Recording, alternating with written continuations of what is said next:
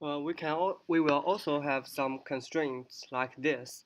For example, we constrain that all the black dots should be placed in such an ellipsoid.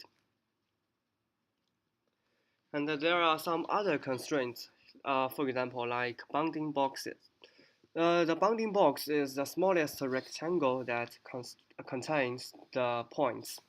So the constraint can be written in this form in equation 1, in the formula 1 and 2.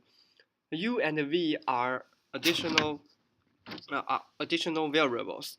U and V determines the rectangle that contains the points.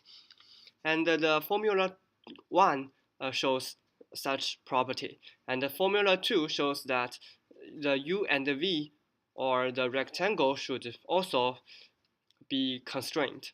So here, P max is the parameter of the rectangle. So such two constraints can be imposed into this problem, and it will not destroy the convexity of the problem.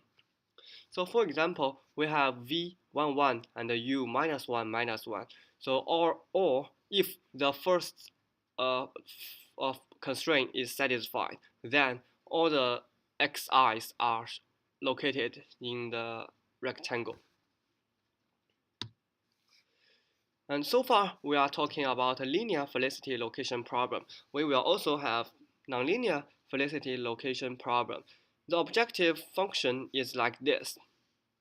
So we will have some positive weighted Wij, and we will have the h function. The h function is an increasing function. One common example is to use Euclidean norm with the function hz equals z square. And this is the example. So before I continue, I will raise a problem. Imagine what if hz equals to such a segment equation, a segment function. So this hz tells us it does not penalize small distance, and it will definitely penalize the large distance. So if we implement such an objective function, we can say we will see that there are many points that are located very closely, and there are few points are located very spread widely. And at last, I'll talk about a complicated problem called a location problem with path constraint. A p-link path along the points x1, x2 to xn is described by a sequence of nodes from I0 to IP, and the length of the path is given by the summation of the norm.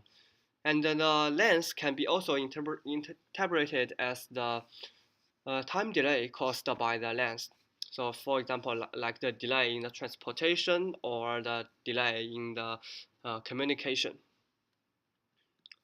The example is called minimax delay placement. So the maximum total delay for a path from a starting node to the end is defined like this. So Tmax is the maximum total delay. It's the maximum of such a summation of the norms.